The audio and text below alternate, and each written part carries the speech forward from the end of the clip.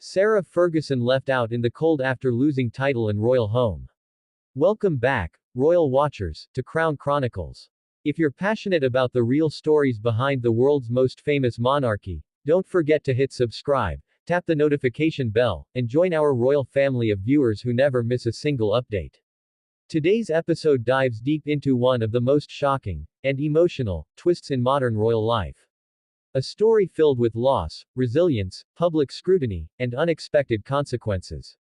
Because Sarah Ferguson, Duchess of York, has once again found herself left out in the cold, this time after losing both her royal title and the royal home she long depended on.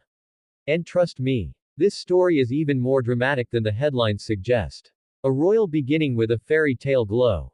Sarah Ferguson's story began like a fairy tale. When she married Prince Andrew in 1986, the world welcomed her as the bright, relatable, fun-loving Duchess of York.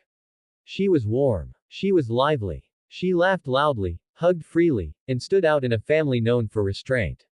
But that charm would soon become a double-edged sword.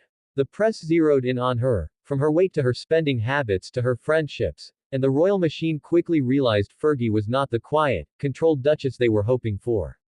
Her marriage suffered, scandals piled up, and the tabloids circled like hawks. By 1996, her marriage to Prince Andrew ended in divorce.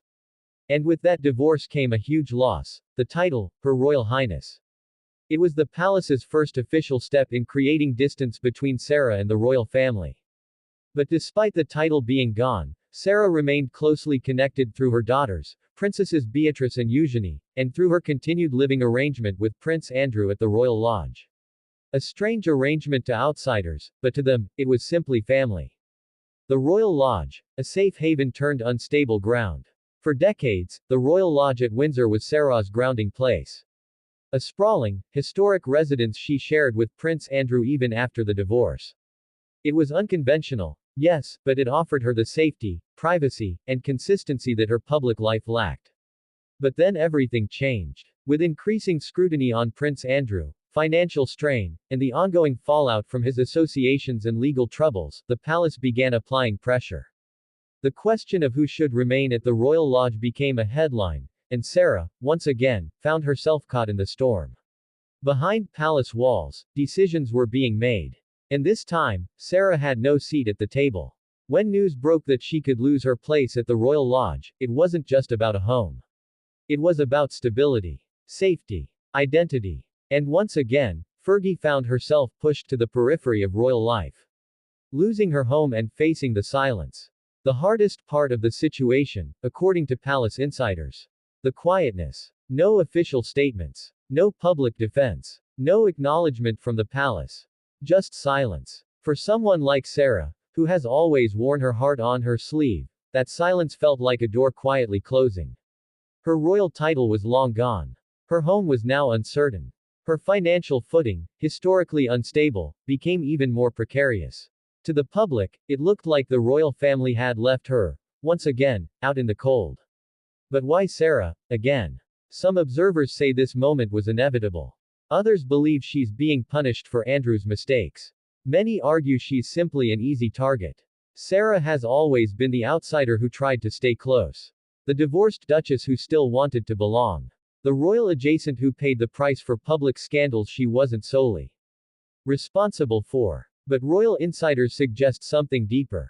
With King Charles streamlining the monarchy, cutting costs, narrowing roles, and shaping a leaner royal future, individuals without official duties or titles simply have no place in the institution's long-term plan.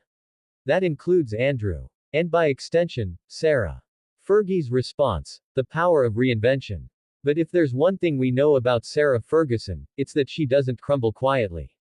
She reinvents. She rises. She pushes forward. Since the news broke about her losing her home and lingering royal privileges, Sarah has thrown herself into work, publishing books, expanding her media presence, attending charity events, and speaking openly about resilience and purpose. She has also faced cancer diagnoses with courage, undergoing treatment while maintaining her public engagements and positive spirit. Her personal challenges only deepen the emotional weight of losing stability at the Royal Lodge. Yet every interview, every public appearance, every statement from her suggests one thing. She refuses to be defined by loss. Where does she go from here? This is the question everyone is asking.